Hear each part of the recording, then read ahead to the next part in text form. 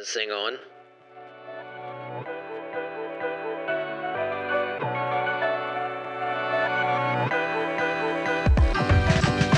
Hey guys, welcome back to another episode of the Summits Podcast. Thank you all for joining us wherever you get your podcasts, or if you're joining us on the Heroes Foundation YouTube channel, thank you for tuning in. If you're on the YouTube channel and you haven't clicked that subscribe button, please do so. Absolutely free. Coach won't make you run lines, but it's a good option. Gotta stay fit.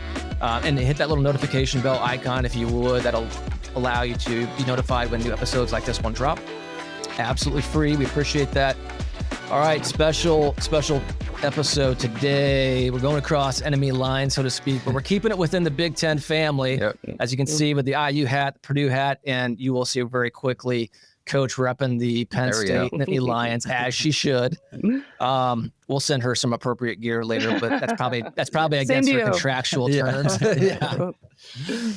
Coach Katie Schumacher-Cawley, welcome to the Summits Podcast. Thanks for having me, guys. You are welcome. Thank you for joining us. Yeah, good to have you. Coach Katie, why don't you give our viewers and listeners a quick background on yourself?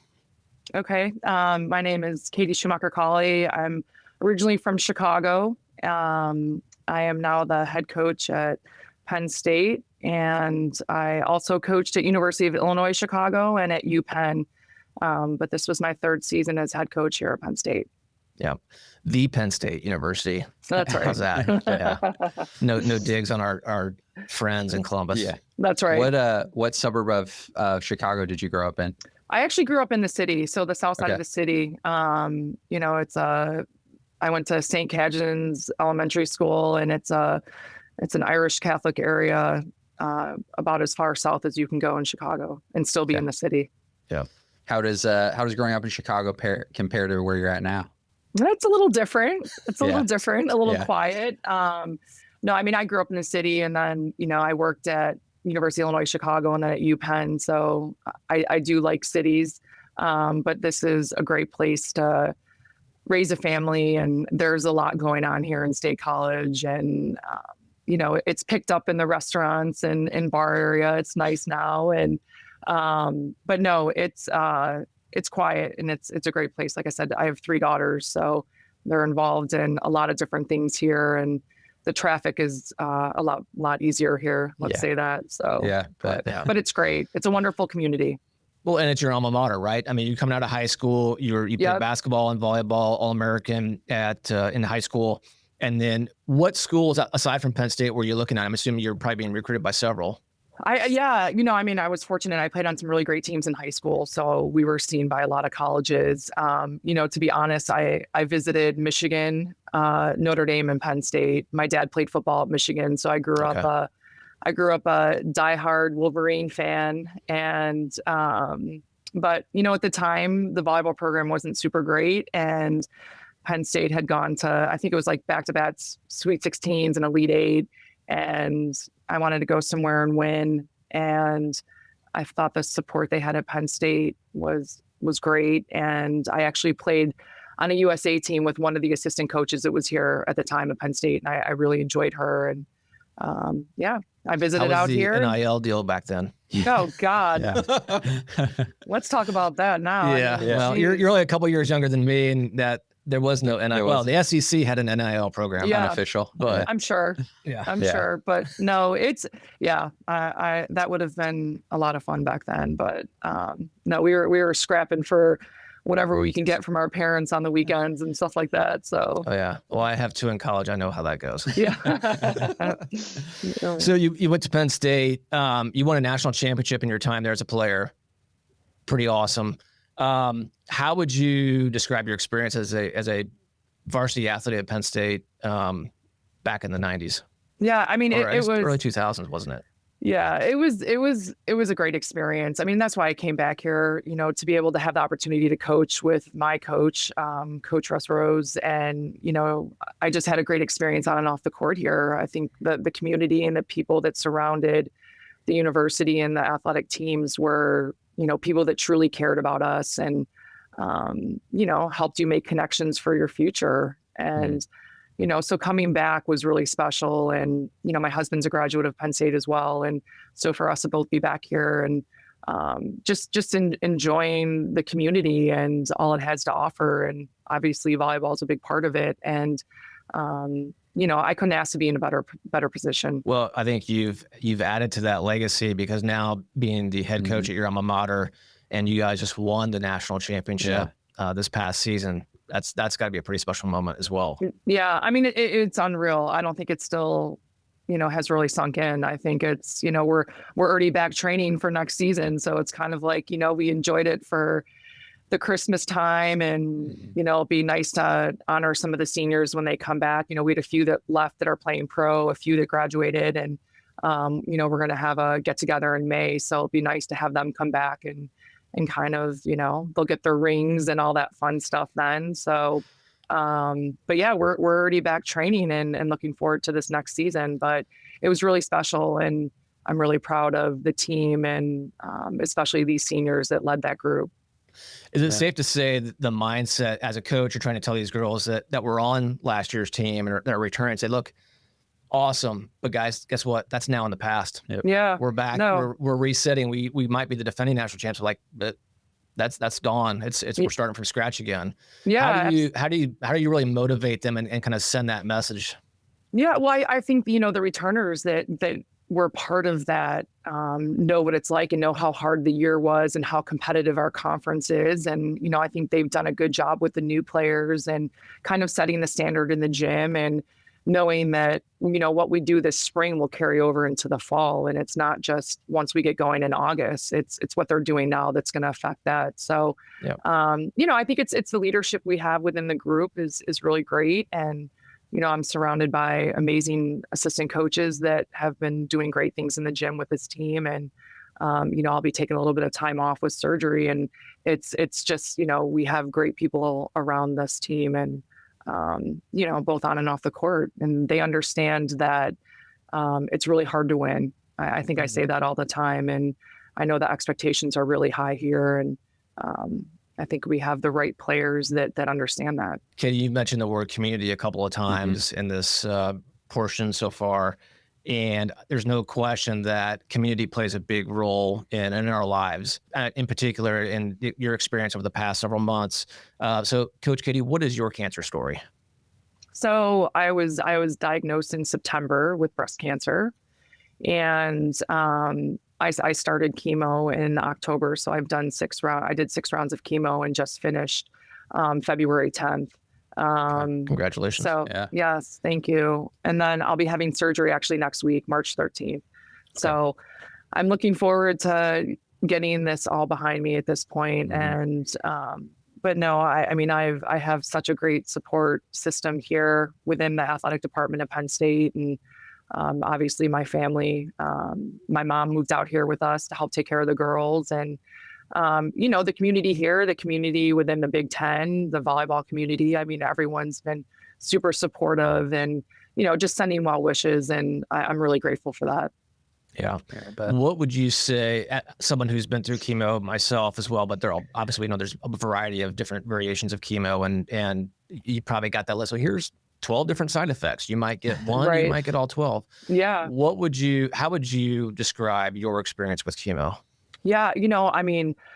Knock on wood, I was really fortunate with the side effects. I would say the last 2 chemos really kind of kicked my butt. And, but I think that was a combination of the season being long and, just everything all together. So I think, for me, it was just being really tired, and, but that wasn't towards the end. So I was really fortunate for, the people that came before me and did this, because of the advance that the medicine is now. And I do know, I don't want to say it's easier, but I think they've found a way to help you with all of those side effects. And so I was, very fortunate to not have a lot in besides my hair. Well, hey. Yeah. Hair's overrated. Yeah. It is. In my eyes. It is for sure. I was going to lose mine regardless, but 25 years ago, it's been a long time. For me, I remember like the first treatment or 2, I was like, oh, that's nothing. Yeah. But then it had a cumulative effect, and all of a sudden I was toast. Yeah. Yeah. But it's good. I like hearing, it kind of reassures what we're trying to do at the Heroes Foundation and raising money and helping to invest in research. It's great to hear someone who's now going through it and say, look, yes, this sucks. I wish I didn't have to go through this experience. However, it's good to know that things are continuing to evolve and get better, and improve treatments. Because, early variations of chemo were carpet bombing, right? It was killing everything, good and bad. Yeah. And there's a lot of times that it may kill the cancer, but it causes a lot of other issues. And so they're effects, making different cocktails now and trying to use immunotherapy to minimize the side effects, reduce the damage to the good cells while still killing the cancer cells. And it's good hearing from someone who's closer to it today to say, yes, I'm a witness to some of the progress that's been made. Right. Yeah. No, it's because of you guys and, that are helping with the research and raising funds for that. And, it's amazing how far they have come just from the stories I've heard from, yourself and a lot of people that, wanted to talk about their experience as well. Yeah. Question. You've been a successful athlete, now a successful coach. I can guess at your mindset, we probably have similar mindsets and similar traits of competitiveness.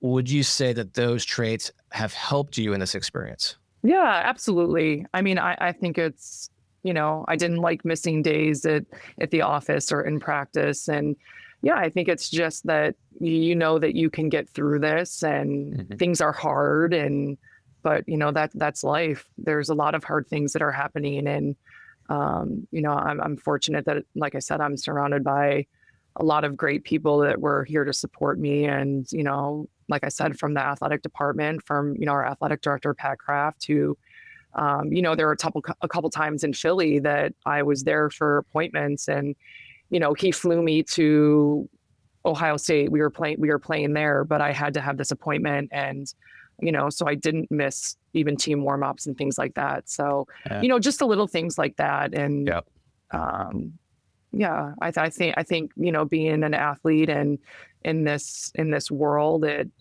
you are competitive and, but, just using the help that you can get to get through it.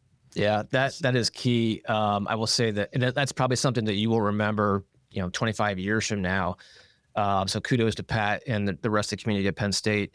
One thing I vividly remember is after being diagnosed, I was early in my career. I was 26 years old. So I was, a couple years out of college, second, third job, whatever. But had just started this project at work. It was a big deal project. And I remember vividly the owner of the company calling me and saying, hey, look, that project's going to be here. Yeah. When you come back, you focus on you. Don't worry about it.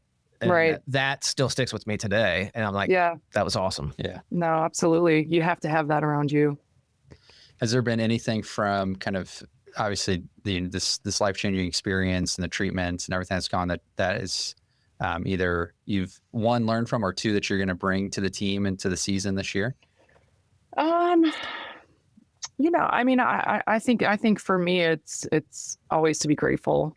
I think, from the outpouring of just people I've never met that have sent me books and cards and things like that, there's life after these sports and there's a lot more, I don't want to say important things going on in the world than playing college volleyball. And I think it's just seeing the big picture and helping these girls, be set up for success after here. And, not all of them are going to go play pro and all of that. So for me, it's more of what do they want to do with their life and what do they want to study? And so I don't know. I think it's just to be grateful, but and I think to know how quickly your life can change and that, I don't ever take that for granted. And so, I think I see things a little bit differently now and just a different perspective. Yeah, I can imagine. Well, along those lines, I kind of wrote out a good question for you. So I call this high achiever grit wisdom. It's another book recommendation if you haven't read it already. No, I haven't. Grit. Okay. Phenomenal. And it'd be good, not just for yourself, but great little lessons to work on your coaching and some messaging and communication to your players. But you've accomplished a lot as a player and as a coach, and now accomplished a life-altering experience. What similarities do you see in each experience, and what piece of coaching would you share with someone in a similar situation? Oh gosh, that's a great question. I mean, I think for me is being able to communicate well with your players, and I have a great relationship with my team, and I think being able to communicate well and to talk about expectations and to be honest and fair. I mean, I think that's something that I don't waver from, and I'm okay with having the hard conversations, which aren't fun at times, but I think I'm always thinking what's best for them and what's best for the student athlete. But I don't know. I think this has, changed a lot of my thinking in terms of, being able to enjoy the moment and to be present. I talk to my players about that all the time, and, this is supposed to be the time of their lives in college and being a Division I athlete, and it's hard, but in the big picture, like, they'll miss those days when they're done, being in the gym and getting after it. But, I think just really embracing that and how quickly it goes. Mm-hmm. That's for sure. Yep. And then all of a sudden you have 3 daughters are 21, Yeah, I 17. know. I know. And I'm feeling old. Yeah. Well, my youngest, who plays softball and basketball, we were doing some workouts over Christmas, and I was maybe this Thanksgiving, either one, in the gym, and like just I was helping her doing shooting drills, and we're doing some running and messing around, and literally I was sore the next day. I'm like, this is ridiculous. That's when you know you're old, right? Well, that, and clearly what I do to work out is not good enough, because if that stuff's making me sore that we used to do like every day, like, it's no big deal, like whatever, like that's pathetic. Yeah. But oh well. The beauty in it is the fact that we have the opportunity and the chance to still do that, and that's absolutely that's what we got to be thankful for and take it all in. So absolutely. Yep. Well, Katie, we really appreciate you taking the time to join us today. We wish you nothing but success next week, and in the days and weeks and months and years ahead. You got some girls to raise and see if they can't become Nittany Lions themselves. And if they don't want to do that, they're welcome in Bloomington. All right. Not West Lafayette, just Bloomington. Well, thanks for having me. I appreciate all you guys do as well. It's amazing. It's awesome. And, it's to pay it forward like that is big. Well, as we say, we like to turn that emotion into action. Mm-hmm. Yep. So that's what we're doing or trying to do, and we'll continue to do for as long as we need to. Well, thank you. Coach Katie, thank you. Thank you. Thank all of you guys for tuning into this episode of the Summits Podcast. We appreciate you. So whether you're part of the Big Ten family or not, cancer doesn't care. And so we appreciate you guys tuning in and giving us this time to share Katie's story. Don't forget, folks, if you're on that Heroes Foundation YouTube channel, hit the subscribe button. We greatly appreciate it. Any comments, questions, throw them in there. And don't forget, at the end of the day, we're here to beat cancer.